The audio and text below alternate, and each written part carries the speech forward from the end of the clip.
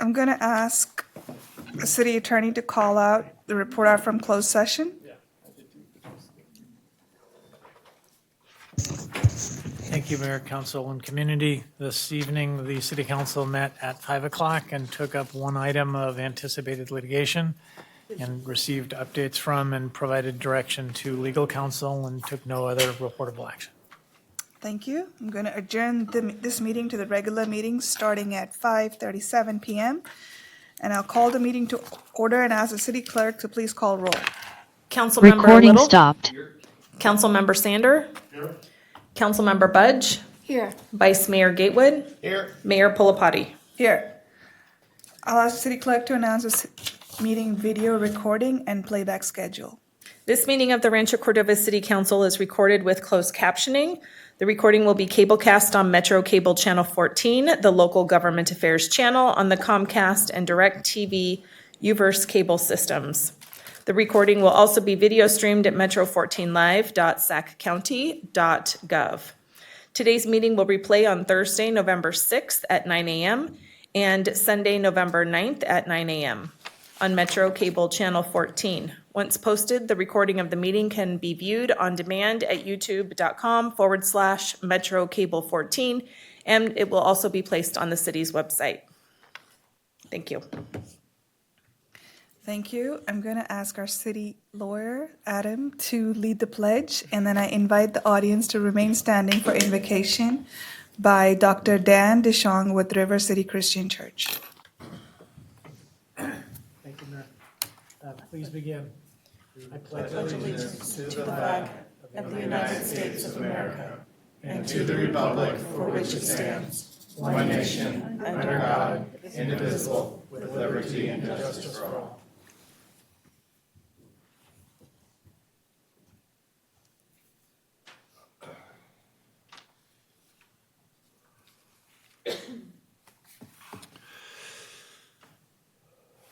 Please pray with me. Almighty God, we thank you for our city, for the leaders who serve it.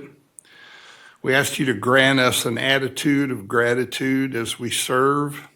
We pray for wisdom and integrity to our mayor, our city council members as they work on behalf of all their constituents.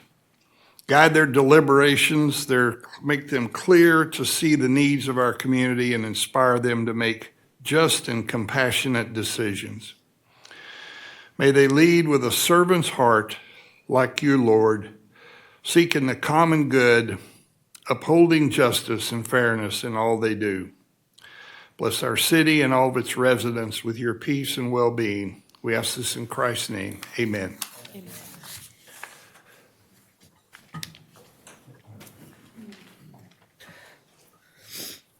Thank you. Next up, we have presentations for our new employees, and I'll call on Jeremiah Zillig for first, followed by Arlene.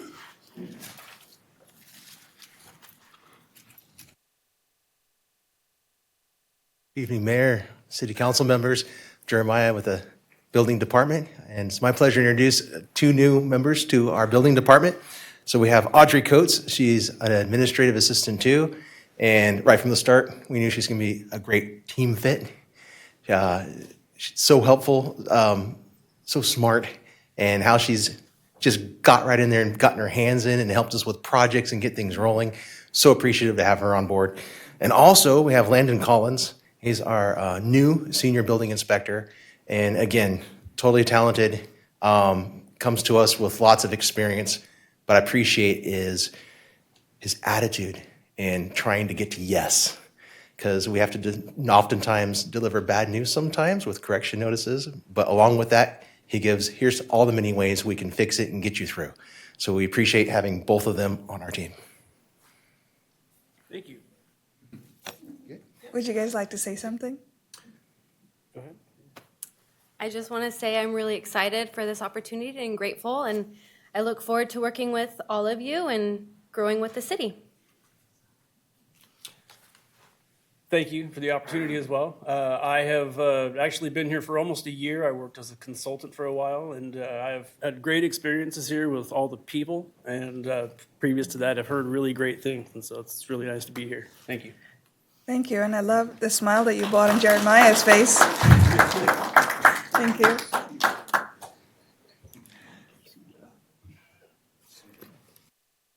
Good evening, Mayor, Vice Mayor, and Council. Arlene Grandoson Jones with the Planning Division, and I'm here to introduce one of our newest planners, Eileen Lee. I know that's going to get confusing. My sister's name is Eileen, so I'm used to it. Eileen is an assistant planner who joined our team in August of this year, and we're really excited that she's here to support city operations and assist our residents and our businesses. So I'm just going to turn it over to Eileen for a few words. Hi, good evening, council members. My name is Eileen. I'm thrilled to be a part of this planning team. So far, it's been an amazing time working with the community development staff and our planning team here. So I really feel welcomed, and I'm just excited to just understand Rancho Cordova and be a part of the planning process here. So thank you. Thanks, Eileen. Were you one of the ghosts for Halloween? Yes, I was. Welcome. Thank you.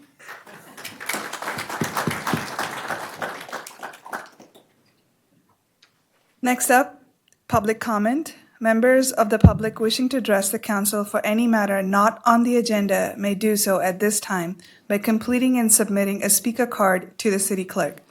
For items on the agenda, speakers will be called by the mayor at the point on the agenda when the item will be heard.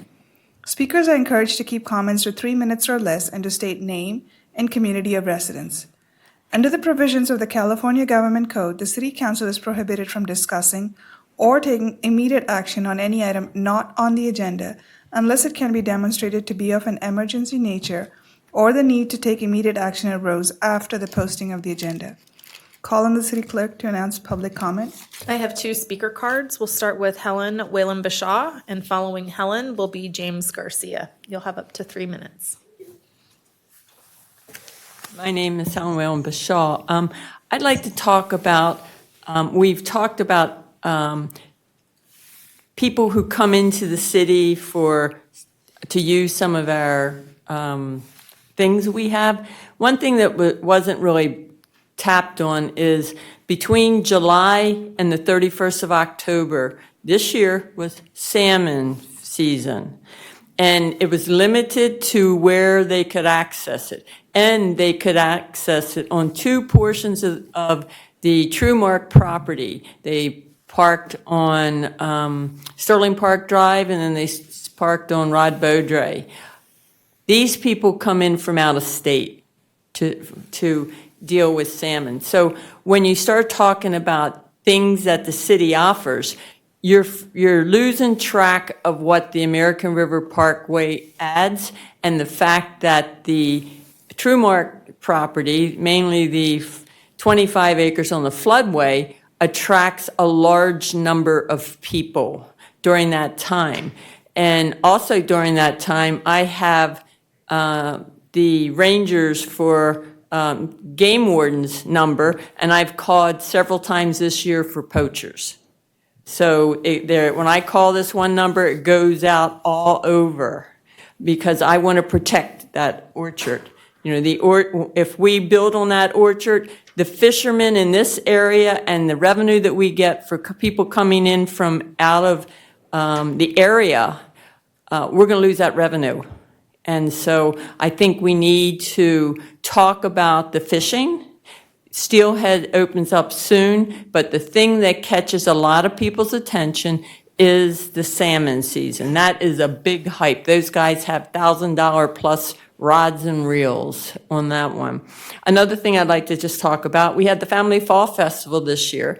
It started raining at 3:40 in the afternoon, so we had a pretty successful few hours before. We had a lot of people there. We had a local pack brought in archery with the rubber tips. They also showed the Pinewood Derby. So we are sponsoring some of the local people who hope to get local children involved in their pack.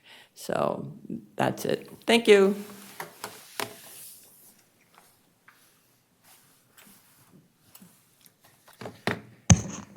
Evening, James Garcia, resident of Stone Creek. And with that in mind, Stone Creek does not need a new Quick Quack car wash, by the way, there in the Stone Creek Shopping Center. It would become a blight on the neighborhood, prevent access to a visibility of that shopping center. Sprouts would get drowned out by the sheer magnitude of a quick whack there, along with the Dutch Bros, the handles, and all the pizza and everything else. So please don't allow another one, since there's already two on Sunrise Boulevard, just down the way, that are not in residential neighborhoods necessarily. They're more in actual business locations, as opposed to this one. This is right next to a senior living facility, a Goddard school, so you have children that you have to deal with. So unnecessary traffic, smog, everything else there. But we've also had a really, really nasty, I believe ultimately ended up being a fatality on Zimpandale Drive, just further down from there at Baroque and North Mather. There was a FedEx vehicle there on the 28th, probably around 6:30 p.m. or so, because I arrived around 6:44 and the fire was already out, but severe truck damage. The person fled. So we might want to do something about that intersection, as many residents have been mentioning before. This one was actually southbound.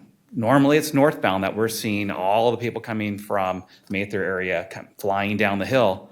This one was actually going southbound, but did not stop at that intersection, plowed into the FedEx truck who had a green to actually turn off of North Mather. Believe a cat was also severely injured due to the fire. All the traffic signals were put out as well, due to the fact that the car bounced back. And I have some pretty gnarly pictures of it. So dangerous intersection, as we've talked about in the past. So hopefully we can do something about it. But thanks to law enforcement and fire, they did put it all out. But there was a hunt for the driver who fled on foot, which I believe they caught. And again, died ultimately due to injuries, is what I heard. So dangerous intersection. So thanks. Yeah. I think the quick whack, it is already an approved use, so we can only change the design. We can't block it outright. Shrink it then, please. Again, and walls, everything else is going to be nasty out there. So not a good thing. And perhaps just a quick FYI, I think that goes to the planning commission, doesn't come to you as a by right, straight to the council. It goes to the planning commission. It's a use permit, so it'll go to the planning commission, not, yeah, so it's call-upable, but not. Discretionary. It'll go to them, not to you, unless you call it up. And I just want to mention there was not a fatality for that accident that happened, so. Okay. yeah. Sure it was. Next up, we'll move to council reports and start with Councilmember Little. Yeah, turns out October is really, really busy if you're a city council member, because people love Halloween here. Lots of Fall Fest, trunk or treats. I was at the Fall Fest that Helen mentioned. I didn't see her. We must have came at different times. It takes a Lincoln Village did a tent or treat event in Lincoln Village Park. I went to Abraham Lincoln's trunk or treat. Wasn't able to make George Washington Carver's Fall Fest. I went to the banquet at the convention center downtown for the Center for American Islamic Relations, and it was, and I was in the packet. They asked me to submit a letter of support, and there was a lot of cool electeds there from the area. But it was just an example of how real everything that's happening in DC is also happening here. Is the keynote speaker of the event on his way to his next flight to his next speaking event in Florida was detained by customs on, puffed up charges, but the reason was what he was saying and not his immigration status or anything. And Detained on a local domestic flight? from San Francisco airport to Florida, to Miami. And so I've already wrote, there's petitions going on to demand his release, and obviously he was speaking at the right event because that's really a lawyer org, so they're already lawyering up. But it was just really shocking how, you wake up and read the news and it's like, hey, I was there, and little do you know. But yeah, so back to my point, things that happen over here are happening here too. Thank you. Councilmember Sander? Thank you, Madam Mayor. I apparently have been out of town as much as in town in the past couple of weeks. And unfortunately, I'm still getting over a cold. which kept me away from the Family Fall Festival, which I heard from my house, but I wasn't able to participate in. I did see the Trunk or Treat event at Hagen, which was nicely attended and well put on. I've also attended and run NLC nominations committee meetings and NLC membership committee meetings before our upcoming NLC meeting in Salt Lake in just a couple of weeks. So that has occupied my time. That, and unfortunately, my wife's family, there was a death in her family. Normally wouldn't mention it, but it was such a remarkable woman who lived in Boise, Idaho, but she lived all over the West. She was married to my wife's uncle, who was the, I think, 1926 Jockey of the Year. And at age 13, earned enough to retire for life because he literally was #1 jockey in the country. And she just passed away at 108. She was the first licensed pharmacist who was female, apparently, outside of St. Louis, sort of west of the Mississippi. And she was also one of the first female pilots. She taught pilots in World War II how to navigate and how to fly. They owned an airport in Boise as part of his retirement plan, I guess, as a jockey, retiring at age 13. Remarkable, right? Just absolutely remarkable life they led. Massive family. And she passed away at 108, completely cogent, and just had a remarkable family and event. So we were up there last weekend. But I just thought I would mention sometimes lives like that are inspirational to us in a lot of ways. Thank you. Thank you. Sorry for your loss. But 108. Well lived. Councilmember Budge. So yes, we celebrated Halloween. We also celebrated Dia de los Muertos, but I always miss the fact that over at Walnutwood, they used to do, all the ladies who were going to school over there used to do ofrendas for all of their relatives, and that was always so nice, and I do miss that. Regional Transit met, and the Library Authority met, and this morning David and I attended the SPTC JPA, where Rancho Cordova became an official member for the transportation corridor going all the way up to Placerville. And it turns out that the Natural Trails people, who are all volunteers, have been working so hard on developing a natural trail that you can actually walk or, I guess, bicycle the natural trail all the way from Folsom to Placerville, which is really quite remarkable. It's been all of their volunteer work, supported by funding from the SBTC and from REI stores. With staff, I've been attending, obviously, the marathon meeting on homelessness last week, and then on Thursday, the affordable housing meeting, where several of us who had been at the Tuesday meeting also were on a panel at the Thursday meeting, and I would be happy to give you my particular impressions, but the impressions of the small cities are not necessarily shared by the city and the counties, so we'll be talking about that more in the future. And then I did a really great tour of the construction project over at the Food Locker, which is being turned on Don Juan, which is being turned into the Rancho Cordova Food Hub.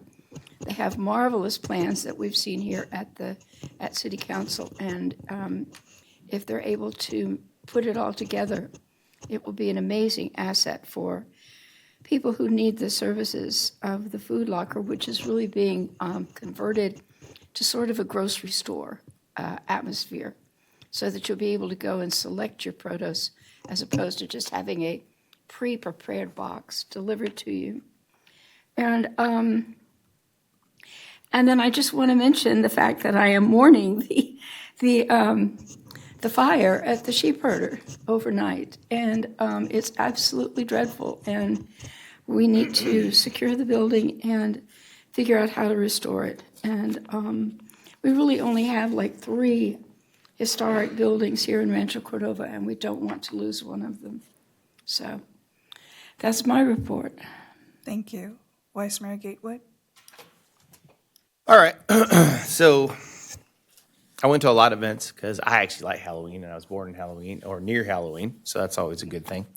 So I'm going to run through some stuff, but there's some critical thank yous and I think everyone's kind of flying under the radar and talking about it. So trunk or treat first, River City Christian always holds a trunk or treat. There's, mini Christmas, like 3,000 plus people that came out, and there was a giant Winnie the Pooh bouncing around. I don't know who was in that costume, but he had the best time ever. And the kids were chanting, and I would have made it to your amazing event, but I was soaking wet in a Winnie the Pooh costume. Don't know who that was, but he might have been soaking very miserable as the costume slowly melted on top of him because one of those big blow-up ones.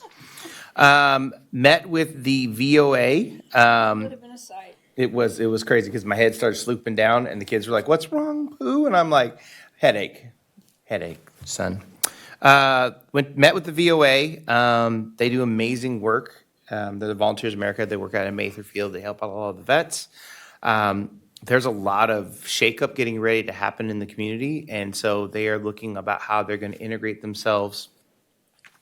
Possibly getting land given to them and a donation, how they can partner with the city. I said, the city wants to partner with you to make sure that we take care of that because that's something in our DNA. Our DNA has always been, like I call Rancho Cordova, we're a bootstrap city. We pick ourselves up by our own bootstraps and get stuff done.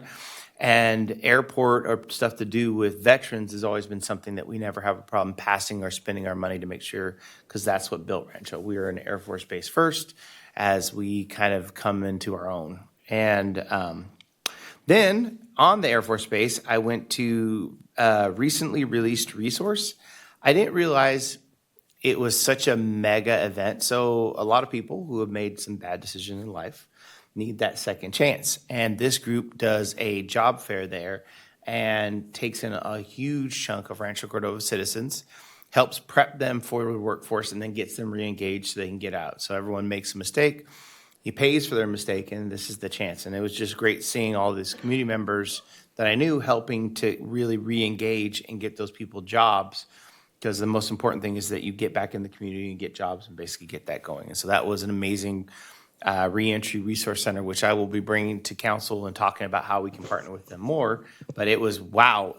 And I said they had over, I think, 350 of our citizens there that came through the program, and they told me that the whole program and bought everything together, they did it for like $1,000. And I was like, well, can you have more of these so I can have more of my citizens? They're like, will you work with us? And I was like, of course we could. We don't always have to have it on the Air Force Base. There's other places we could have these reentry, get jobs programs. And Is this the one that's construction oriented? yeah. So you get all the construction trades there, and they had people that would give you a haircut there. They had people that would fix your resume. Then they'd walk you over to the trades. Then they'd help you fill out the resume implementation. And then they figure out like a program for you to go show up there. Just amazing. And so really touching to see, because it's another place where Rancho Cordova, unlike the rest of the region, steps up and realizes that putting people in jobs is one of the most important things. All right. So here's the most amazing thing. And I don't think that my staff and the council up here get enough credit for it. So everyone was watching online where Democrats and Republicans can't pull their head out their butt. I'm sorry, that was inappropriate. Where they can't come to an agreement on feeding people and kicking people's benefits. I didn't realize what a large portion of our community that is. 1 in 9 Rancho Cordovan are on SNAP benefits. How would you find that out, Garrett? Well, when I was praying over it and I was sitting there and I couldn't sleep all night long. So I started getting engaged and I started looking online, and it started to scare the snot out of me what people were saying and what was going to happen in our community. I happen to be one of the African Americans on council, and to see my community standing up like they're going to start robbing folks because they're scared about where they're going to get their next meal is unacceptable, because that would be my community showing up. And what you're saying is 1 in 9 Rancho Cordovans is not going to know where their next meal is. So I was like, that's unacceptable. So we're out pitching amazing technology and AI and all this stuff. And I started calling Mike up, poor guy, at like 1 a.m. your time, because he was in DC, and I was like, we've got to do something. And it sounded like no one had a sense of urgency. I've never seen this in my life. Like, everyone was like, oh, ho hum, I guess it's just going to be some poor people that aren't going to eat. And I'm like, oh no, we're driving this home. There will not be someone in Rancho Cordova that goes without food. I refuse. Because my dad taught me a long time ago, he was on food stamps and had to drag himself up, and, you know, third generation African-American community, that's just hard for you to go overcome a lot of stuff.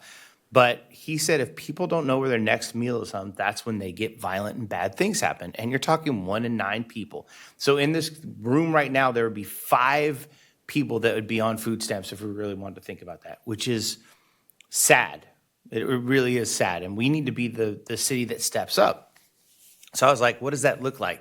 So it's about 11,000 people in the city of Rancho Cordova that are on food stamps right now, but that would generate somewhere around $650,000 a week that is put towards food. Of course, we don't have it like that to where we can do it, but we do have it a way to basically work with other community members to make that happen. So Micah called the food locker called other food lockers. We got the food pantry online, and Micah, with, you know, I'm sure the staff saw it, was working with them to figure out how are we going to make sure if you're hurting and you're scared, there's someplace you can go. And I just got to say, the food locker who Carrie, who runs the food locker, was willing to step up and was going to bat for us. And she said she's never seen a city get more engaged behind the scenes to help them be successful. We said we would help them give police the stuff. We would help them. If it really came to cash flow, we'd bring the council together and talk about putting in funding. They didn't really need it because, and I want to say thank you again to River City Christian, who stepped up and brought 15,000 pounds of food over to the food locker that allowed them, they were saving it for Thanksgiving, but they basically cracked into that to be able to give that out to people to make sure that no one goes hungry. No one goes, I don't care if you're Republican or Democrat or independent, no one goes hungry in our city. It's unacceptable in any way, shape, or form. If you're scared, we have something called the food locker. Please look it up. Please go by. They will give you a bag of food and wish you nothing but the best, because we're not that city. We're not the city that doesn't know that we have lower socioeconomic people, and we're not going to let the federal government, who seems to not be able to understand that food and housing crises are the 2 major things that make people come unrest. And it's not going to be in our city. So unlike the cities around us, we have someone that's willing to step up, in that amazing organization. They're willing to set up. We even set up, they had lines of trails of cars around the food pantry now? Pantry? That was called now? Food locker, okay, around the food locker, that were willing to come through, give out the food, and take care of them. The food locker is, I think, in 2 weeks, is having a large food drive. I'll put it on the website. We'll be emailing it out. Please help them out. Our community is huge on stepping up. I really don't have to ask. I know you guys will go up and help out this community because it's about helping out our own community. But the staff stepped up. You went and put it together. You went and made all the organizations. We haven't had to give any money. If we had to, we probably would give something to help out, but it wasn't necessary. It's just coordinating and making sure that they know that if the food locker needed anything, we were there to help them out. And so now I'm not concerned about my citizens being without food. Now it's more along the lines of putting pressure on calling senators to get the bill and, just make nice so we can feed people. So I want to say thank you to Micah. Sorry about calling you at 1 a.m. I don't sleep well. Thank you to my staff, everyone that basically got engaged. I know that it didn't show on the news that Rancho Cordova did all these amazing things, but sometimes you just have to say thank you. Thank you to Carrie from the food locker. Thank you to that group. Thank you for River City and our other churches for stepping up and giving money and food when you didn't have to. It shows why Rancho Cordova is something special, because we take care of our own. We may fight and quarrel, but in the end, we care about what happens to Rancho Cordova citizens. And those 10,000 people, if you are in a bad way, remember the food locker's there to give you money. You show up, no questions asked. They're going to give you a bag of food that's going to get you through to the next 2 weeks as we figure out what we're going to do next as a federal government. I'm going to ask my citizens, and I'll send out an email and hopefully blast out. Hopefully all the council members can blast it out. We're looking for another food drive for the food locker to make sure we refill everything, because I don't think the federal government's opening anytime soon, and what people, the dirty little secret people don't know, it takes 2 weeks to turn everything back on. 2 weeks. So if you're doing the math yourself, that means Thanksgiving is when the money might hit, which is ridiculous. Because no Republican, no Democrat agreed that they should hold people's food back. This is literally just politicians up there fighting over something. And I never fight when it comes to feeding people. That's just one of those things you just don't do. So I just want to say thank you to our staff. You guys are amazing. You're known throughout the community behind the scenes as someone that's willing to step up and work to make sure that our citizens are taken care of. And if you're scared, you can reach out to us at City Hall or reach out to the Food Locker. They'd be happy to walk you through and help you through to make sure. We know you're in hard times. We know it's not a forever thing. We know it's just a stepping path to where you're going next. But don't feel like you're afraid and you've been left alone. Rancho Cordova and the community that you're around will help and step up and take care of you. Thank you. Thank you, Vice Mayor. I'll pass on my council report and pass it on to City Manager for his report. Thank you, Mayor. I will give highlights of an event that I went with you. So we went to Good Neighbor Day a couple weeks ago, and so a great event at Labyrinth Park. Those are great events where City Hall comes to the community and celebrates the different things that are happening there. So I'll just mention that real quick since you passed. But I will mention real quick the issue or the crisis that, Vice Mayor Gatewood talked about with the SNAP benefits. It is, I will say I might get the call, but it's a lot of other people that, do all of the good work. And so as far as the teams are already helping kind of at the food locker and directing traffic, they have had additional need every day. It's increased because of this issue. And so making sure they have the resources needed and the traffic controls and everything needed to meet the need on an ongoing basis. This is not over from a sense of there's still issues and trying to figure out how to best support our community in that way. There are ongoing EOC meetings region-wide on this issue, so this is not just a Rancho Cordova issue, but a national issue and a regional issue of trying to meet that need. And so we have great partners like the Food Locker that have helped us be a place, the resource that you can go and provide food for individuals who may need it.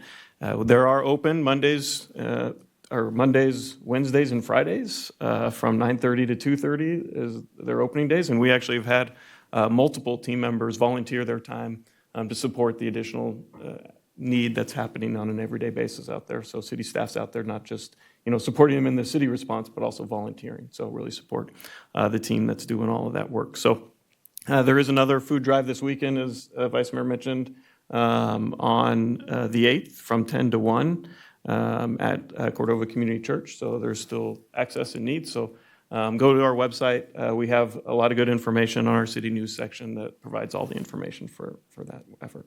Cordova Neighborhood Church? Cordova Neighborhood Church. Yeah, where they're located? Correct. Yeah, okay. And maybe there's a list of what kind of food or other supplies they need? Protein. That's the message is protein. So. And does it sound like turkeys? Yeah, exactly.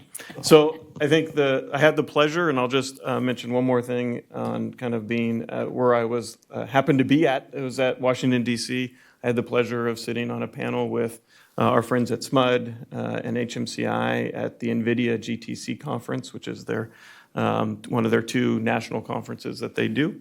This one was focused on generally government and kind of those pieces. Unfortunately, we were there when agencies were shut down, so we didn't have as much opportunity to meet with different potential partners on the agency side. But we had a lot of good conversations with our congressional partners and our technology partners and talking about our future of building our AI ecosystem. And so it was recorded, so I think you'll might see it in the future in various places as far as that conversation and what we hope to accomplish here and kind of being a national model for creating a new AI ecosystem. So thank you for allowing me to go and do that work, and really appreciate it. And so that was a great, successful time, even though on the East Coast you do get late calls sometimes from people on the West Coast. So that's it. Before I go to consent calendar, Adam, did you have a comment? Yeah, I appreciate some of the council members' comments, and perhaps we might just ask to adjourn the meeting tonight in gratitude for many federal employees who are continuing to work through this, even though they're not getting paid as you travel around or talk or work on processing things. There's a lot of folks who are still on the job, even though they haven't missed some paychecks. So thank you to all of them. Mayor, if I may, one, just announce your presentation on Wednesday as well. The State of the City is on Wednesday of this week, so reception at 5 o'clock and show at 6, I believe. So that is happening this week, so look forward to that event. And At the new venue. At the Marriott, correct. Marriott. It's pronounced Marriott.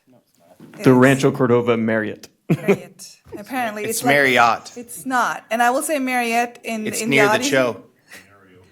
Yeah. Marriott near the Cho. So.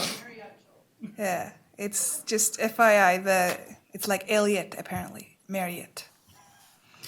Okay, we move on to. Thank you for that, Micah. Appreciate it.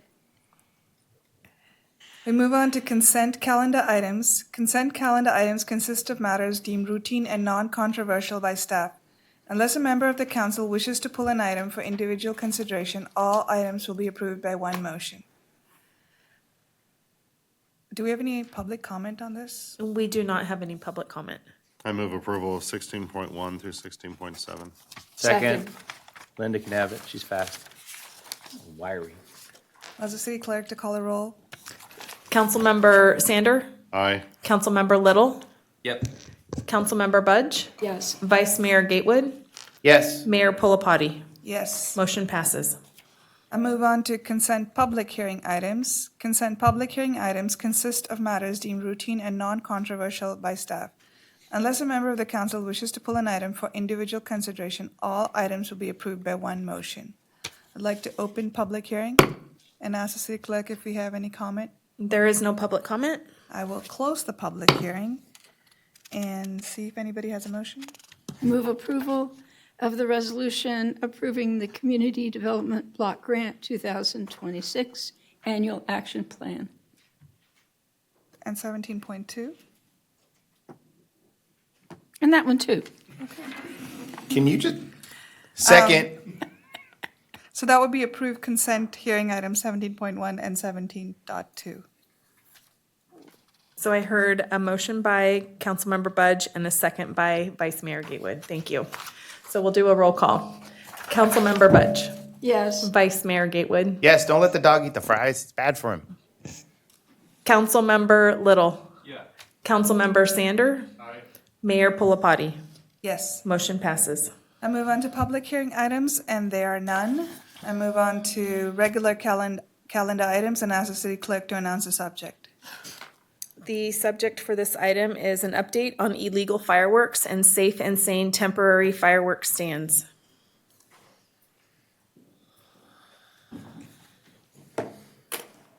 Why do we have Russ here and Aaron there? We have a robust team to give you guys updated information. Okay. Ladies, take a seat. So good evening, Mayor Pulapati and council members. Russ Ducharme, Neighborhood Services Manager. Tonight I'm joined by Public Affairs and Communication Director Maria Chacon-Niested, Aaron Nadir, Finance Analyst, and Code Enforcement Supervisor Brittany Mariscal. We're going to give you an update on illegal fireworks and our temporary fireworks stands and give you some information. We're going to have a great discussion, hopefully, and come back in the spring with proposed amendments based on the discussion. So we met on August 4th and gave you an update on our illegal firework enforcement and our permitting process for temporary stands. We have a communication plan that we're going to go over with you. Brittany's going to review the drone deployment and expansion of enforcement and go over some program data analysis. I'll speak through the ordinance amendments and recommendations, and then Aaron will close out with the safe and sane temporary fireworks stand recap and recommendations. So Maria. Good evening, Mayor and Council. Maria Chacon-Niested with Communications and Public Affairs.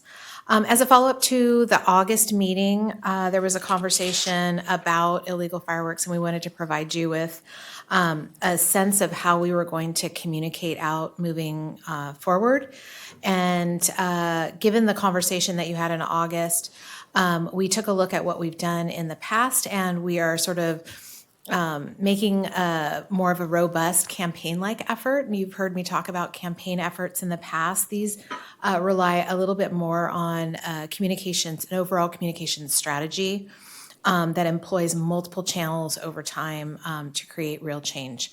These are more complicated challenges, and so we usually throw more tactics at it. And due to the proposed changes that you'll be hearing about tonight in the fine structure and some of the other unique challenges, we are recommending the following for fiscal year 25-26. And just as a side note, these recommendations target multiple times during the year, not just one time during the year, which is what we've done in the past. We've focused on 4th of July when illegal fireworks are most popular. But they also, these tactics also communicate the importance of the new fine structure, which is going to be new to residents. So first off, in November and early December, we'll be producing a targeted mailing that will go out to all residents. This is the first piece that will generate some awareness of the new fine structure and new requirements. We'll also identify some of the dangers and safety issues, and we will. This will be in advance of New Year's Eve, which, as you know, is a time where people also set off fireworks.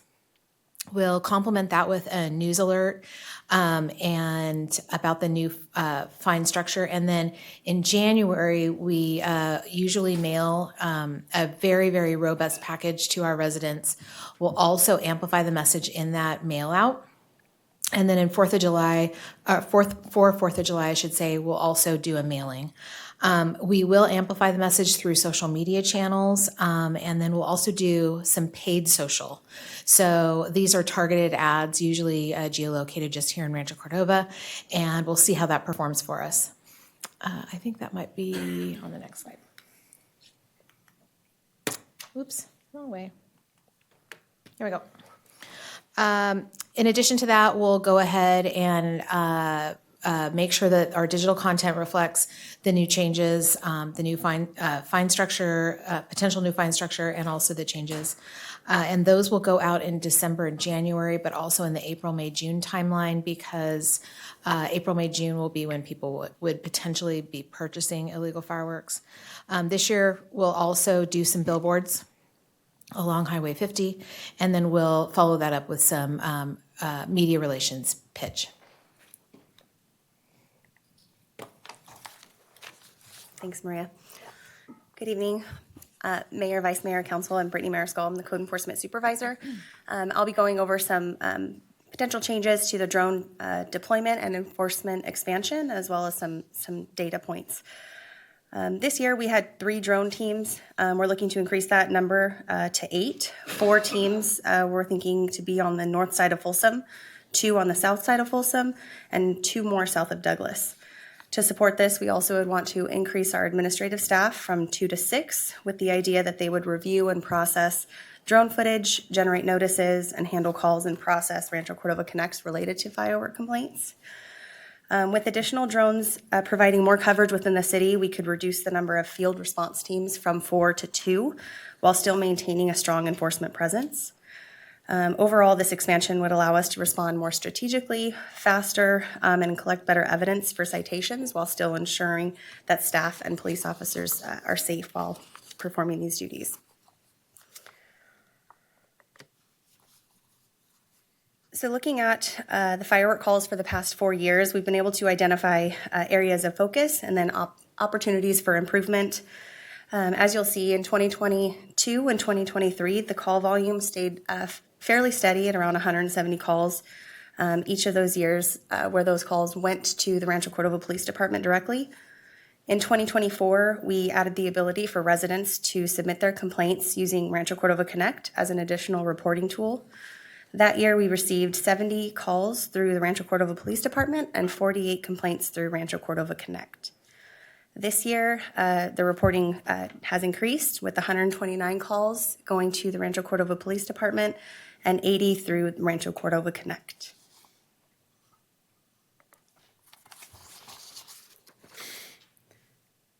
This slide shows citations that were issued year over year. As you'll notice, there has been a significant change in the amount of citations that were issued via drones versus citations that were issued in person. For example, in 2022, there were 10 citations issued, all in person, totaling $8,200 in fines. None of those citations that were issued were appealed. In 2023, there were 49 citations issued, 12 for violations identified by drones, and 37 identified in person, totaling $49,000. 7 of those citations were appealed, and then 5 of those appeals were upheld. What was the dollar figure for the citations? Do you have that, or is it coming? Yeah, for 2023, it was $49,000. And then in 2022, it was $8,200. And then in 2024, we issued 38 citations, 14 by drone and 25 in person, totaling $38,000. 7 of those citations were appealed and all of them were upheld. So what did you say for 2022? 2022, there were 10 citations issued in the amount of $8,200. So what's the difference in the dramatic increase? In the number of citations or the amount? Because they're $1,000 per citation for host liability violations that we can pinpoint back to a host. The reason that there's an $8,200 fine is because 2 of those citations out of the 10 were issued on public property, and that follows a different fining structure. Interesting. So for this year, 2025, we issued 47 citations. 41 were by drone, and 6 were in person, totaling $47,000. 3 of those citations were appealed, and 2 were upheld. So this data shows that drones are playing an increasingly important role in our enforcement. Was the one that wasn't upheld, was that a social host ordinance one? It was, I yes. figured, yeah. Those seem hard to prove. I'm surprised we even did 2 out of 3. Yeah. Sorry. So it looks like 40% of the citations were paid. Yes, so each year, so for this slide is showing for 2022, 98% have been paid because that was. Let's look to 2025. Sure, 2025, yes, 39% of the fees have been paid so far to date. So right now we're kind of asking to increase, and so it's even if we give that many number of citations, only 40% of them are even reacting to it. Okay. We're still processing some of these as well. So I think this is still in process, some of these. So this isn't probably the final number for 2025 is what I. And you can always send to collections or lien against their house, Yeah, right? do you lien the property? We do, yes, and we do collections. So after a certain period of time, most of these had just followed, their appeal timeline had expired after the citations were issued. Most of those people have paid, 39% have paid without having to do any sort of further collection actions, which we will be getting to for those that continue to not pay. It's also important to note that since the start of our enforcement, there have not been any repeat violators for illegal fireworks after they have been cited. There have been no citations issued directly to minors. I know that came up previously. And then at this point, there have been no illegal fireworks citations issued for school property violations, which is currently the $10,000 fine. Sorry, on that question, I understand it's not to minors, but do we have the demographic for how were they all like above a certain age? I don't have that. We can dig that up. Okay. And look into that, but we don't have that on hand. Thank you. Yeah. Because again, it will always go to show where we want to do the outreach more, right? Mm-hmm. And then for my last slide, this is just a jurisdiction enforcement comparison for the nearby cities and the county based on our enforcement efforts just from this year. Rancho Cordova issued 47 citations, again totaling $47,000. As shown in this chart, the city of Sacramento issued 44 citations totaling $267,000. However, after this information was initially reported, we did learn that the city of Sacramento issued a couple more citations, actually totaling $2.6 million for illegal fireworks for a park, bringing their total fines to nearly $3 million and their citation number to about 48. The city of Elk Grove issued 41 citations totaling $330,000, and the city of Citrus Heights issued 40 citations totaling $300,000, and the county of Sacramento issued 72 citations totaling $72,000. So overall, we're issuing a comparable number of citations relative to the city size and population, but we anticipate being able to cover more area, respond faster, and capture stronger evidence with expanding our enforcement and our drone program, and with the potential ordinance modifications that Russ will be going over. So there's been a lot of publicity in the last year about people increasing the size of their fines. So one assumes that's part of the reason for the outstanding amounts in Sacramento, Elk Grove, and Citrus Heights. Yes, that's correct.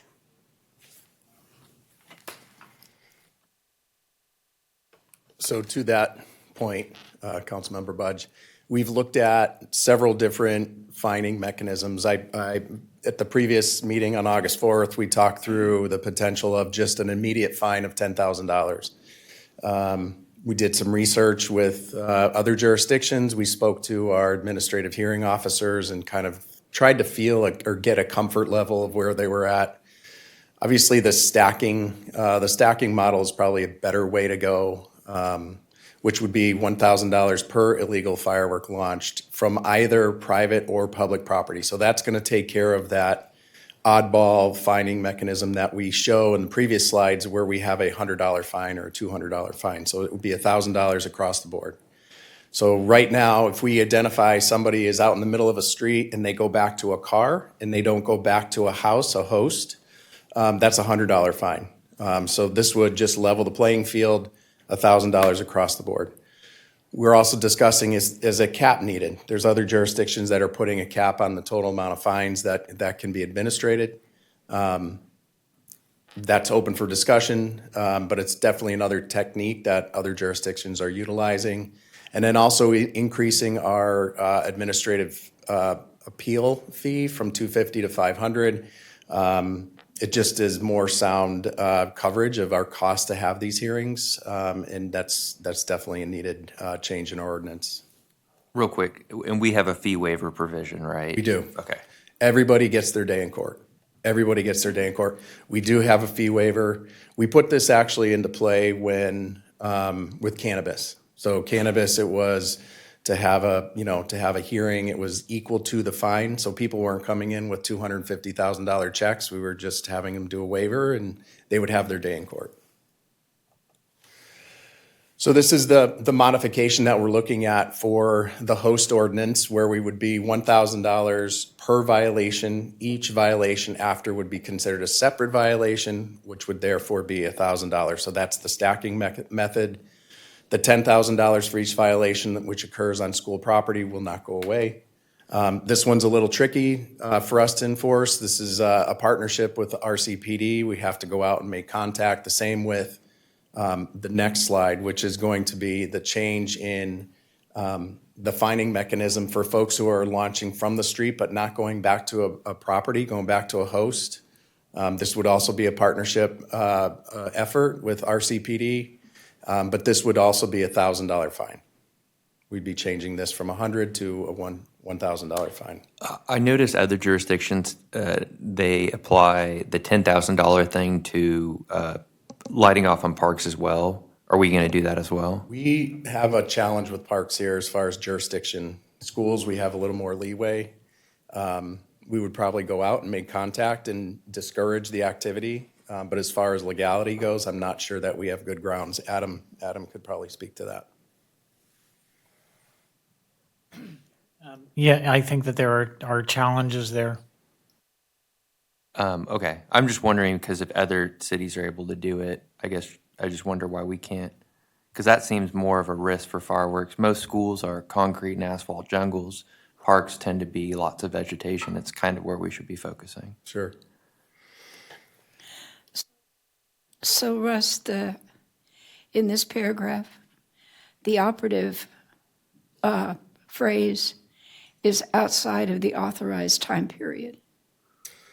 Yeah, so. But you've got some things in there that, like sparklers, that we all think's pretty normal. Sure. But within that time period. So the time period, and Britt, you can correct me if I'm wrong, 10 PM is when we want, safe and sane to diminish. And one of our biggest complaints, oddly enough, is that safe and sane are happening after 10 PM.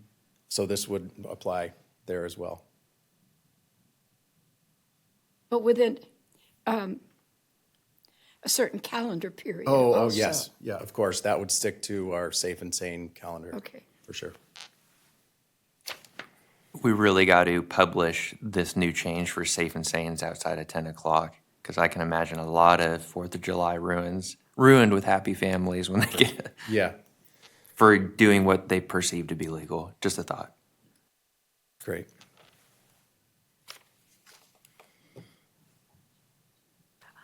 Good evening, Madam Mayor and council members. So brief recap of our August 4th meeting. We are reviewing our firework booth licensing process to just ensure that it's remaining fair, equitable, and sustainable. So after that meeting, council directed staff to have a stakeholder meeting with our nonprofits and distributors. So we ended up doing that. So today I'll be presenting on what we discussed and the great conversations we had.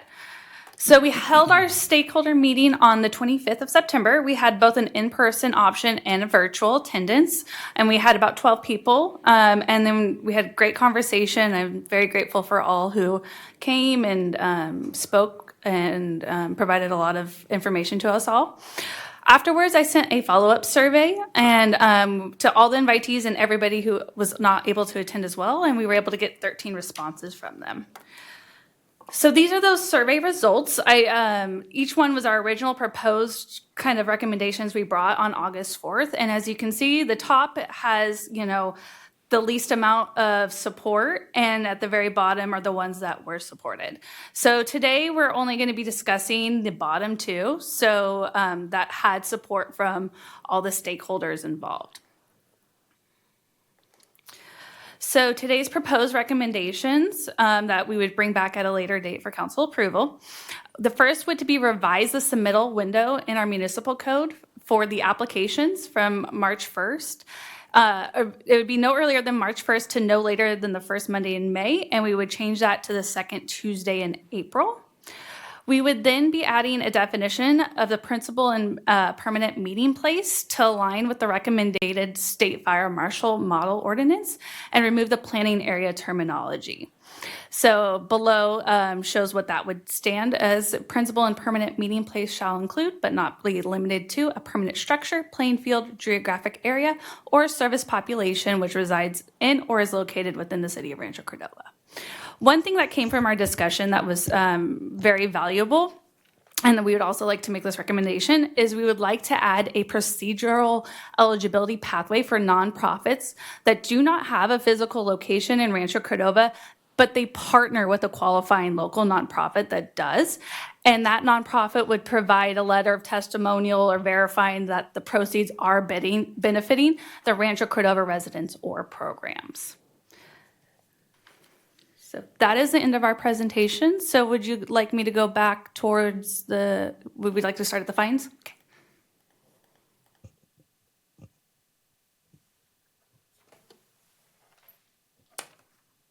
So you want us to comment on this? Sure, we'll take comment. Ultimately, we'd like to have a robust discussion, but to stick with Maria's timeline, we'd like to come back in January or February so we can get the communication out to the residents and stick to our communication plan. But yes, let's start. We can start here. I'll start with public comment. Do we have any public comment on this item? We do. I have one speaker card. Dennis? Dennis, you'll have up to 3 minutes. Good evening, Mayor, members of the council. My name is Dennis Ravel, President of Ravel Communications. I'm appearing this evening on behalf of our client, TNT Fireworks. I also want to acknowledge the partnership of Phantom Fireworks and many Rancho Cordova community nonprofit organizations that operate fireworks stands every year and reinvest every dollar they raise back into this community. We rise in strong support of the entire staff report and the recommendations before you tonight. These thoughtful revisions reflect inclusion, collaborative process, one that brought together city staff, nonprofits, both major fireworks wholesalers, and the community voices to shape something that truly works for Rancho Cordova. We want to sincerely thank your staff, especially Rusty, Maria, and Aaron, for facilitating this process with openness, professionalism, and a real commitment to fairness. Their work and your leadership has made tonight's recommendations possible. In particular, as the in-person meetings and survey document, we support one, the more reasonable application of the timeline adjustment to May, which will improve clarity and reduce confusion. Two, addition of a clear and inclusive definition of principal and permanent meeting place. Three, the creation of a second pathway for nonprofit eligibility that ensures local benefits are prioritized. And last, but certainly not least, the recommendations to increase the administrative penalties for illegal fireworks. You've struck the right balance here, protecting public safety, increasing enforcement through fines and drones, and preserving vital fundraising opportunities that support youth sports, faith-based outreach, scholarships, and local services. On behalf of TNT Fireworks and our nonprofit partners, thank you for listening, for leading, and for always keeping Rancho Cordova's values at the heart of your policymaking. I'd be happy to answer any questions.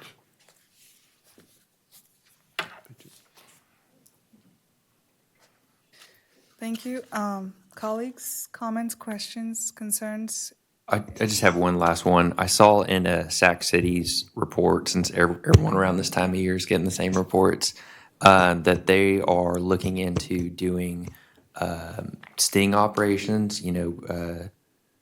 I don't want to call it entrapment, but basically, when we had Metro Fire came, when you guys were here recently, they basically said, we as electeds have to start thinking about the supply, and enforcement's one thing, but these things are coming here, and we can't do it on our own, in our RCPD sting operation. But I wonder if there's potential from a law enforcement perspective for regional collaboration. I mean, if we can lend them some manpower, something like that, since it's just like homelessness. We've all got the same problem, but everyone's fighting it differently. And I just saw that in their presentation, so I thought it was interesting. Don't know if it's feasible, but that's all. We do collaborate with our regional task force with other jurisdictions outside of the city, county specifically. We can bring that up and see if there's any energy behind that and support it for sure.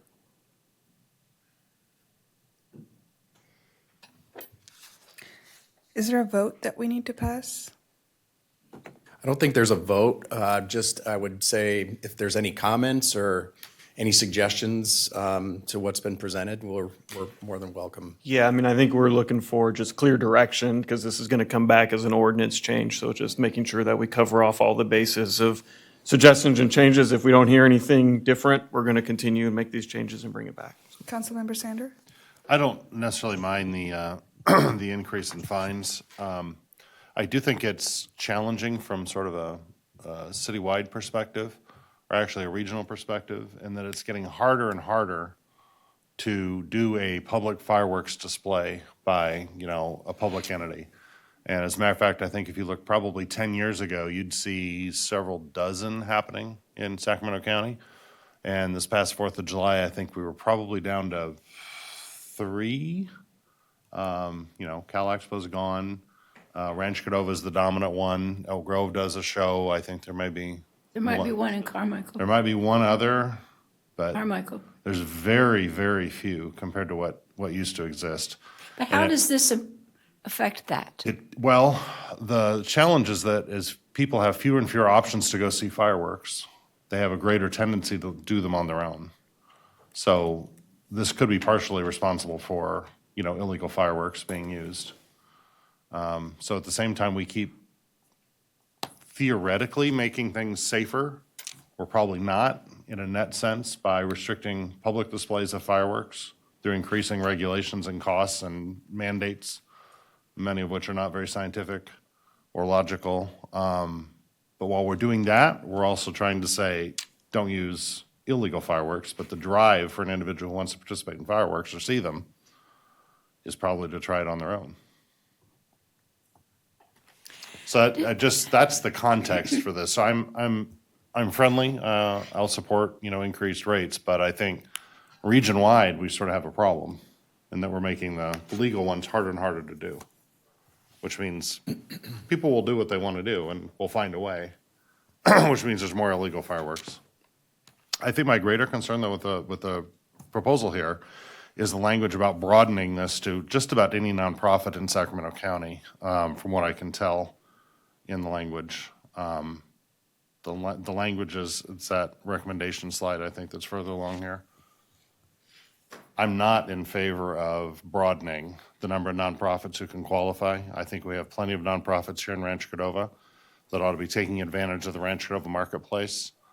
I'm not interested in having outside nonprofits who say they have clients in Rancho Cordova be able to come in here and use our market to raise a whole bunch of money for themselves elsewhere. Item 3. Yeah, so principal and permanent meeting place should be in Rancho Cordova. These should be Rancho Cordova nonprofits. And item number 3, I disagree that is of interest for us. I think that's just a way to ship dollars out of town. So I'd be inclined to agree with David on that one. It seems to me that when we talked about this before, you all said one of the most significant problems was the fact that so many people routinely go up to Nevada and buy illegal stuff and bring it back. And there's not a lot you can do about that because they only check for fruit. They don't check for fireworks. True.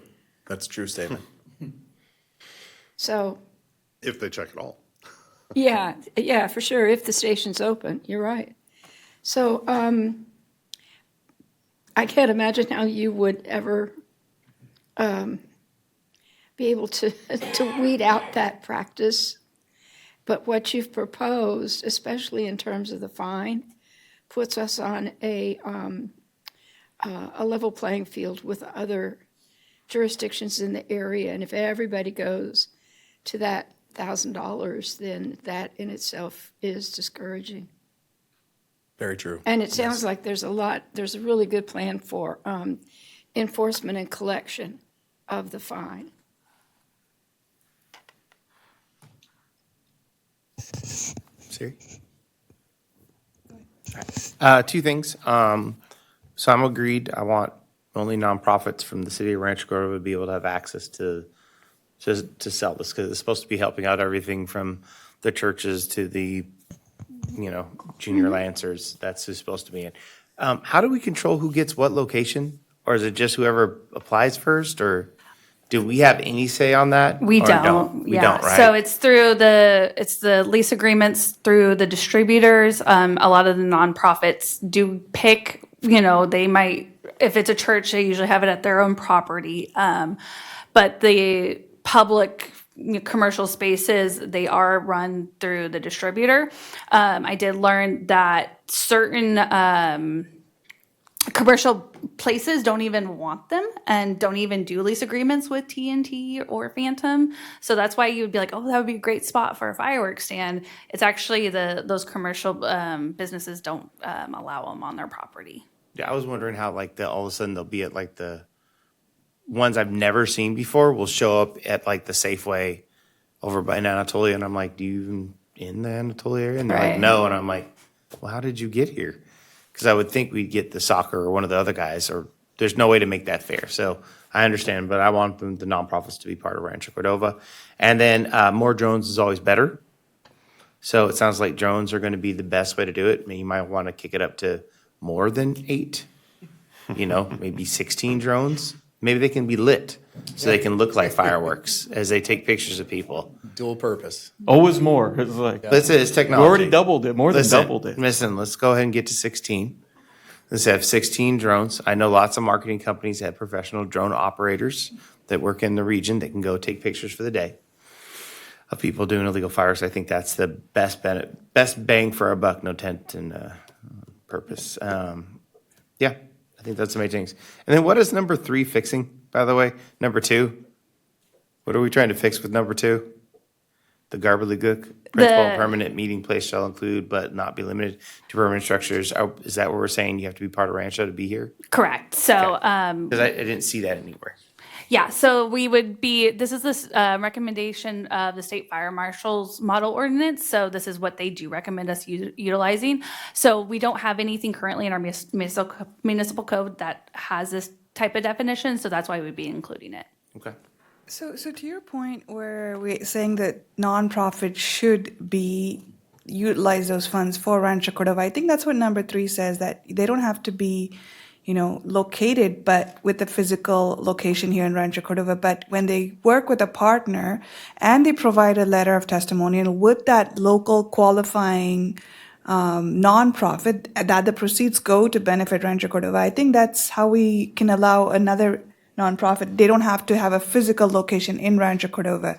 So this is how we can expand it to more but they're going to say all of those proceeds benefit Rancho Cordova. So How would you track that? Yeah, on the other hand, simple question, because basically you would have to you'd have to do an audit of that outside organization. Fair point, but they're saying they're going to partner with the local nonprofit. How are we going to audit the local nonprofit?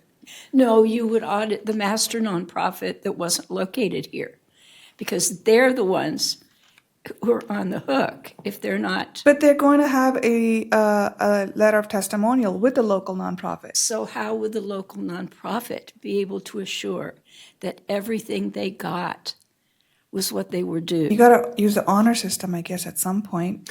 Maybe, Aaron, it might be helpful to describe kind of the actual example of what this is trying to do. The thought process here, it was brought up by the distributor. I think something similar happens in, I think he mentioned Roseville. I could verify that. But what they do is if, say, an organization partnered with, I'm just going to use as an example, the Food Locker. They provided a bunch of support to the Food Locker, which we know benefits a lot of our Cordova residents. That if the Food Locker felt comfortable enough saying, this nonprofit made X amount of dollars from their fireworks stand last year or expected to make this year, they provide this much support to us and we feel that the benefit is there. It would be something like that. So yes, it would be an honor system. We just know that there are some nonprofits that might not have a physical location, meet the definition. So we wanted and it would be procedural, it would be on staff, to verify the letters and all that type of stuff. But we wanted to just bring that as a proposed recommendation to the council. Well, I think in this example, the Food Locker it serves more than Rancho Cordova. It serves the entire greater Sacramento area. So yeah, we're getting sports league or something. Yeah. So there's that piece. I just feel that, we're kind of restricting ourselves if we say, only local nonprofits that are physically located here, when we might have them. Some of them might not have the bandwidth to put as many booths. Mm-hmm. You might ask Dennis if he has another comment. Are you walking up for a comment? He's whispering. Let's whisper. Serious. So Dennis said the wholesaler could provide the verification module, verification of those funds, if that is the way that staff would like to proceed, or I'm sorry, council would like to proceed. I do hear the council focusing perhaps most on the phrase "or service population." Yeah, I don't quite understand the intent of 3, unless it's just allow anybody to come here and raise money. So under this, you could get Folsom Youth Basketball, could operate a stand, make $10,000, write a check for $250 to the Junior Lancers, keep the other $9,750, and Junior Lancers say, oh, thank you. We'll send a letter to the city saying, oh, it's great that we got $250. And our community just lost $9,750 in revenue as a result of the partnership.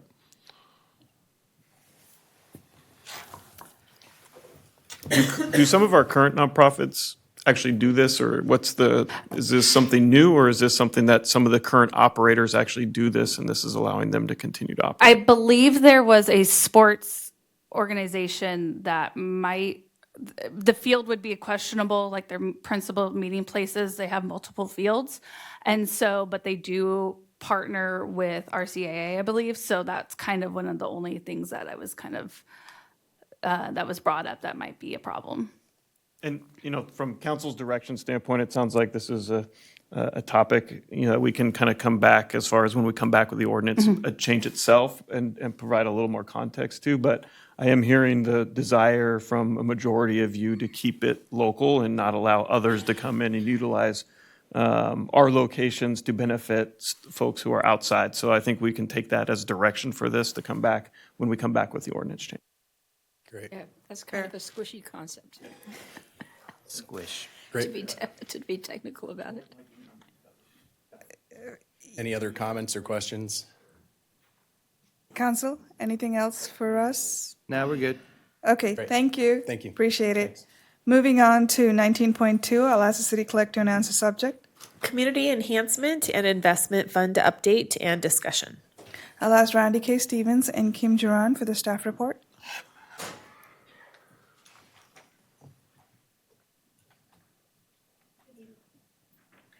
Good evening, Mayor and Council. I'm Randy K. Stevens, your analyst with the Community Enhancement Investment Fund, and tonight I'm joined by Kim Duran, Cara Giorgio for our presentation and update, where we are also requesting feedback and direction from you on several items.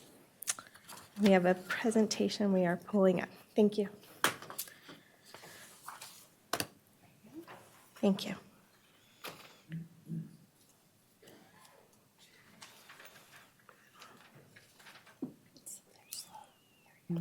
Thank you. All right, the three items that we're looking for your direction on tonight are to confirm the grant process that we will use for 26-27 and to share with you some items related to the Rancho Cordova Promise Program and seek guidance from you there. And we're also, lastly, going to be looking for information and direction from you about transitioning our Citizen Oversight Board to a committee.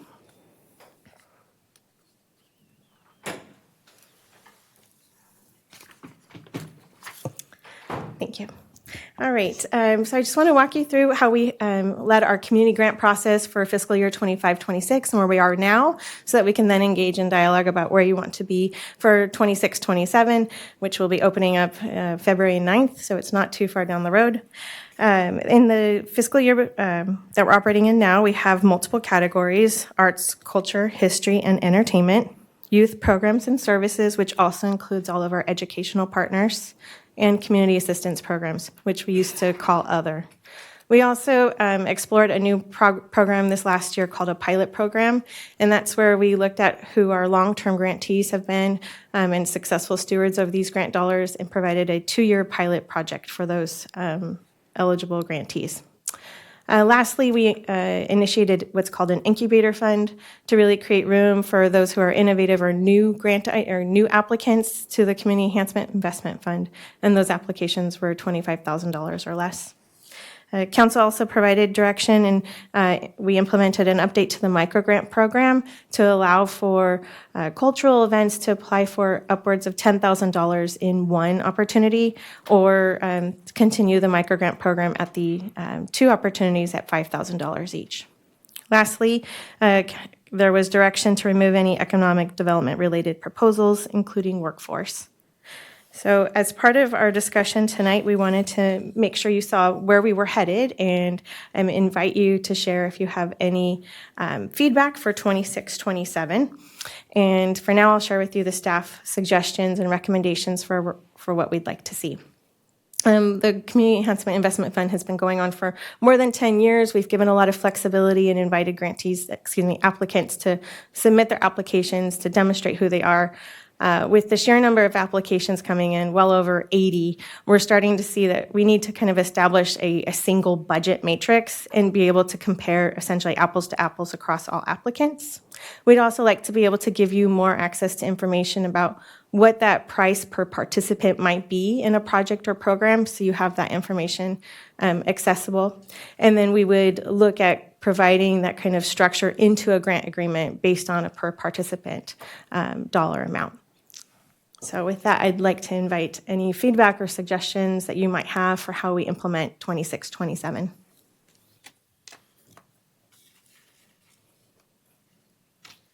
Council, any comments? I think this is a good start. This is the kind of math I do on the sides of the sheets when I get them, when I'm looking at the different applicants, trying to figure out how much we're spending per participant.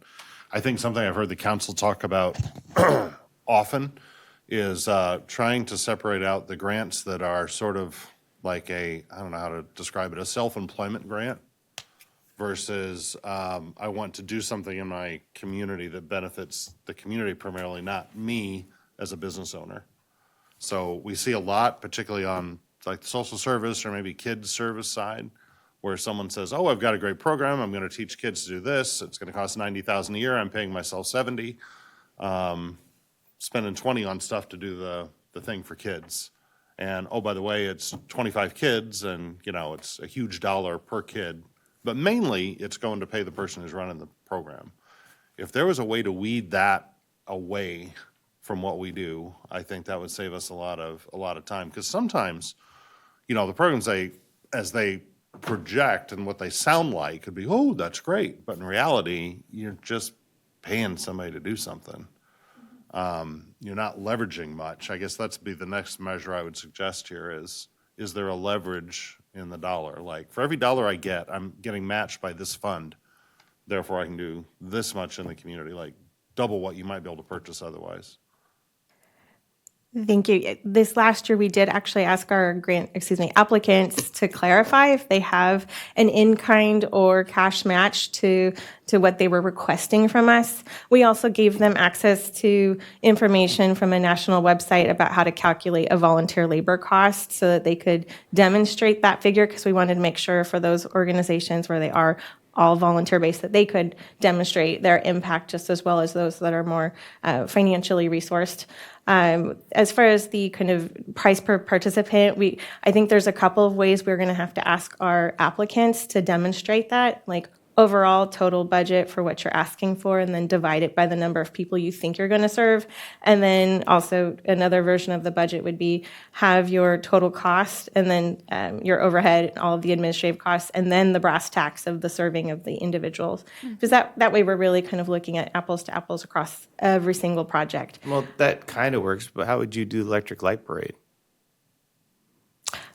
Any applicant that's coming will have to tell us how many people they think that they will serve. I can't. But you know what I'm saying? Like 55,000 people showed up and got scared by the scary dragon that No, I think roared that, at like, us. a light parade is investment in the infrastructure, right? And it's not the audience. No, it invested in people too. Like the people, the scary people that went next to the light creature that roared at you. Like there was acrobats and stuff. It's the strangest parade you've ever seen in your life. It was awesome.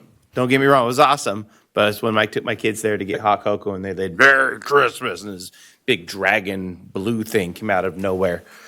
Huh? The electric light parade. They went down the middle of Rancho Cordova. It looked like Disneyland, but not Disneyland. We It haven't looked done like, that in ages. but you know what I'm saying? Like the worksheet kind of works for that. I don't want to. I mean, we're trying to put a button on something that really can't be buttoned. I don't mind doing this for some of the stuff, but some of the stuff is just this budget sheet won't ever work for. So I don't want to rule out some cool idea that someone might have for our kids because they can't quite make the budget worksheet cost thing work. So let's not try to kill creativity, because artists don't really have, like if an artist does something, like if it was something like a paint-a-thon or something like that and he couldn't really qualify, he's like, oh, I'm going to have all these people show up or we're going to do this cool thing. I think what we're trying to do is limit the people that just want to get a job from Rancho Cordova. Well, that's the thing. Let's go back to David's original statement. The one of the main principles of this was that it should not be used to pay somebody to do something. It should be used for the benefit of whatever it is they want to do it to, not to employ somebody who's never done this before, who has a bright idea, because you must see dozens of those every year. Somebody who hasn't done something before, but they want to come here and do what it is they want to do because we have money. We received well over 80 applications last year and over 110 the year before. So I think one of the things to consider is, delivery of some of these programs does cost time and resources. So I think we have to make sure we're balancing the delivery of the program, whatever that might be. There are human resources that go to delivering programs, and I don't think we can always expect some of these nonprofits to bear the brunt of the entire administration of whatever great thing that they're doing. I think it's just got to be held in balance in context of what is being delivered. And I think this kind of approach will help us get there. And I think on the event side, or those events are hopefully going to the micro grant. I think program for, these are more program oriented type of events. And I will say at the end of the day, it is still council's discretion to decide what, speaks to you at the end of the day. I mean, this is just a tool to be able to provide you some information. It's not the end all be all. It's not the end all be all. And I think from the team standpoint, we're always going to help people try to get there and not always, if you can't fill out the forms, we're going to help you. And so I think Randy K spends a lot of time with our different nonprofits, helping them go through the process. So this is really a way to help describe the benefit to the council so that we can see the scoring in some way.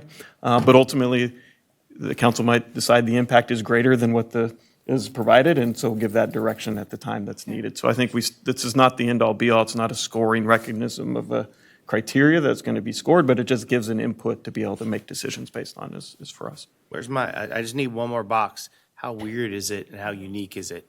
Just a little button there. Because if that could be they can't fill out anything, but it's an 8. I want to see it. I want to come up here. I want to touch it. I want to look at it because it might be unique. You will always see all the applicants.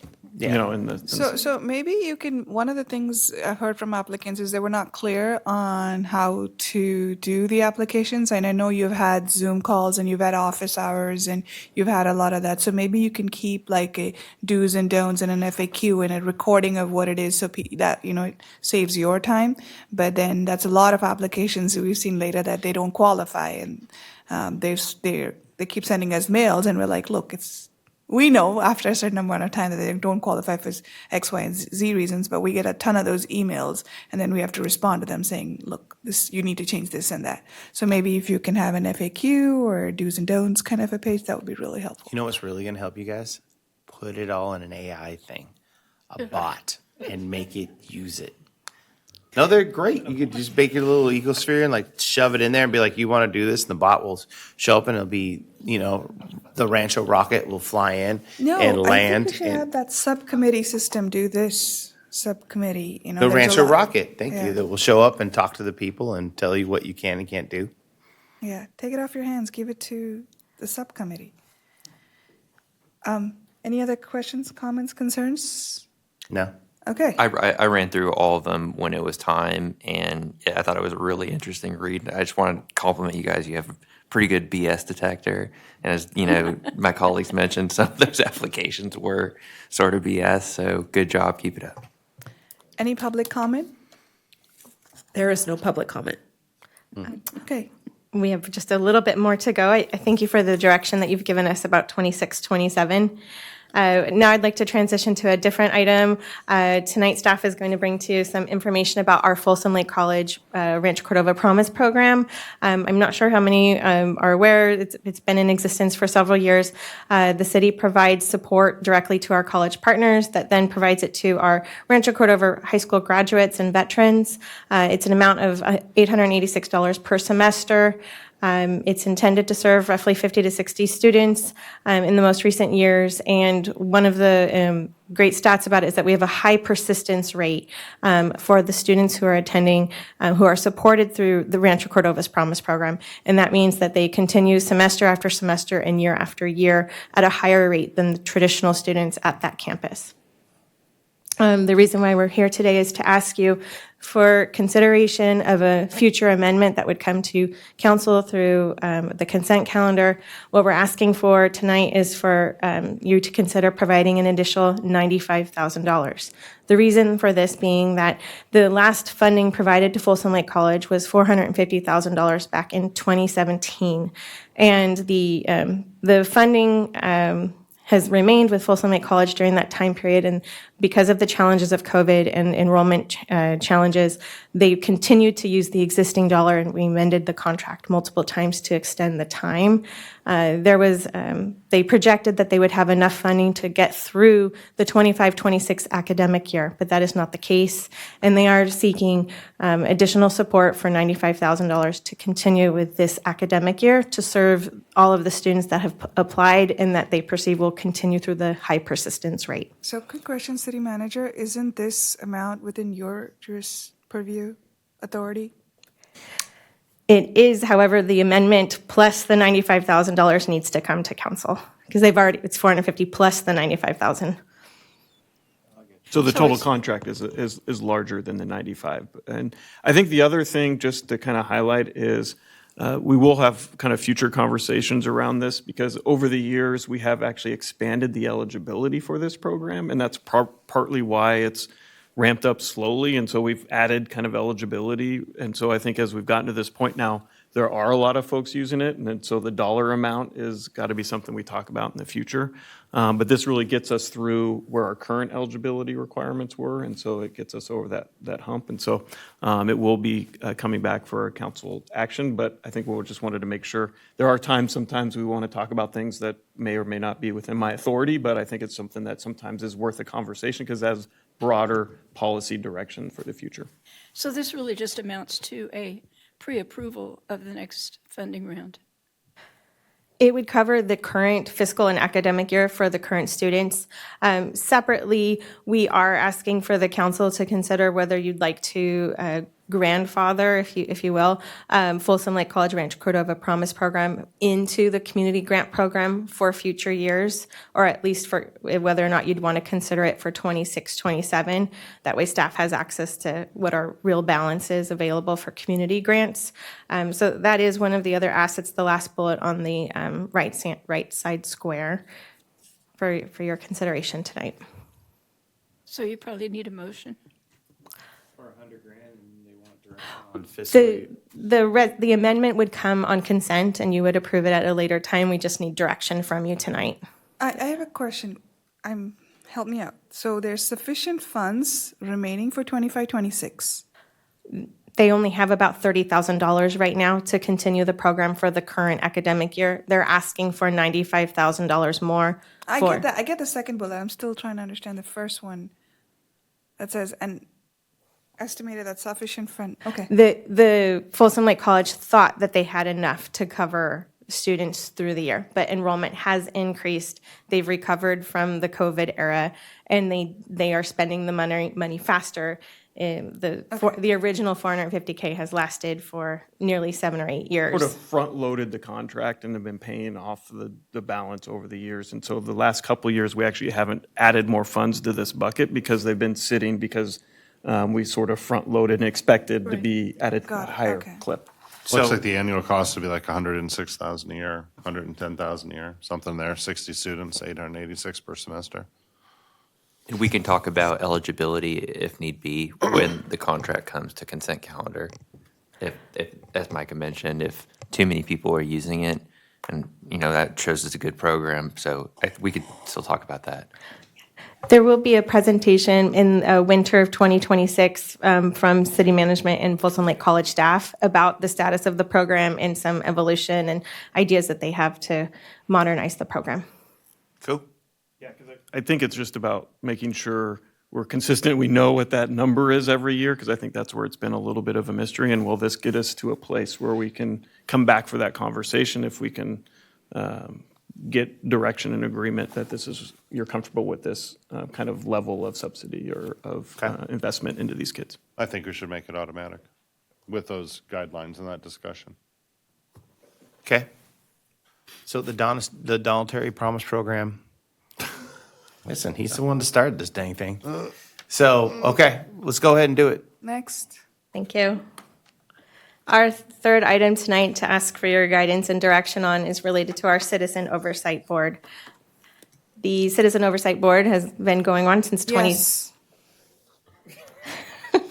2017. Dang, Siri, let her get the sentence out.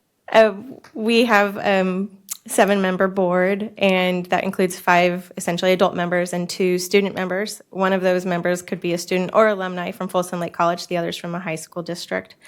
And there is currently a lot of burdens related to being a member of the oversight board. They are formally appointed. They go through a structured recruitment process. They have to come to council, have a Form 700, AB 1234. We just want to explain some of what happens for them. So they spend more time attempting to serve than actually providing time during a meeting. So we have brought to you two options.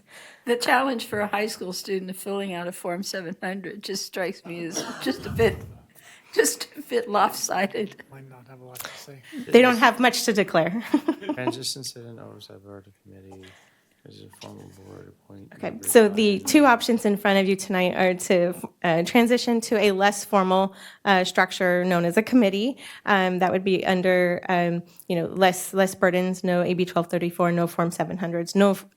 We would still have an application process and appointment that could run through staff, and they would still have the responsibilities of reviewing the allocations and expenses, just as the current board does.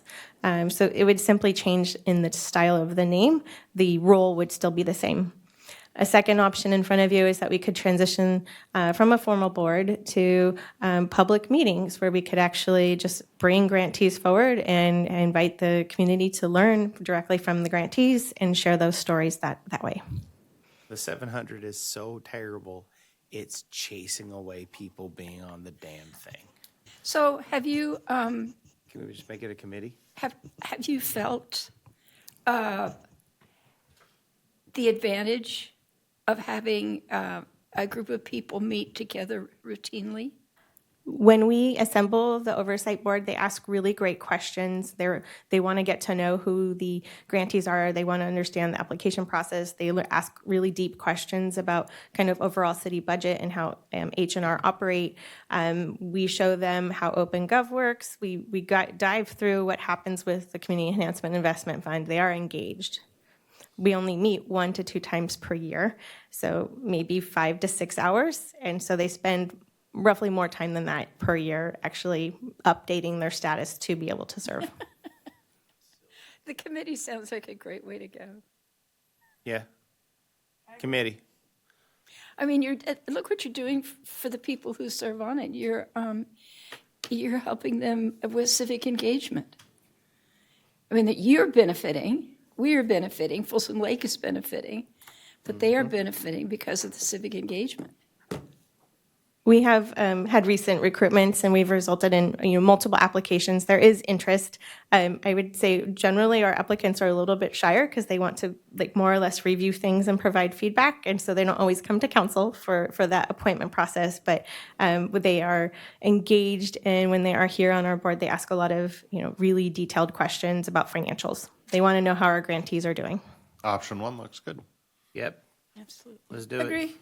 Thank you. Anything else, Ms. Randy K. Stevens? That's all. We'll be back next year with all of our applications. Great, thank you. Moving on to council requests for future agenda items. Does anybody have any Hey, requests? I'd like to talk to everyone about the baseball fields. They need a little maintenance. They might need a little extra money to help out with the stuff before baseball season gets engaged, so hopefully we can have a quick talk about it. Is that an agenda topic? Yeah, I'd like to talk Okay, about I it as a second group. it. All right. One more? Is that a Little League discussion for maintenance? Is that Yeah. what is the okay. Anything else? 10,000 discretionary funds is too low. A lot of our local electeds have way more. Ooh, Run, second. Okay, third. blew through that pretty quickly. Oh, Maybe that's my fiscal irresponsibility. Yeah, I give out in $500 installments. All right. Okay, so we're gonna, anything No, else? I got Okay. it. I adjourned the meeting today in honor of the federal workers who are not receiving their pay, We appreciate you. Please keep working. and also for the Epic Casino that had a hard time this morning. Casino for sheep herder. No, Well, it's no longer She Sheep said Herder. Epoch Casino. It's no longer the sheep herder, the same place. Whatever you call it, potato. Be glad we're not calling it the Edwards Motel. What was it called? Because that's what it was when it was the town of Citrus. Well, the place that's on Folsom Boulevard. Thank you. Thank you. 11275. Damn. Can't take us nowhere.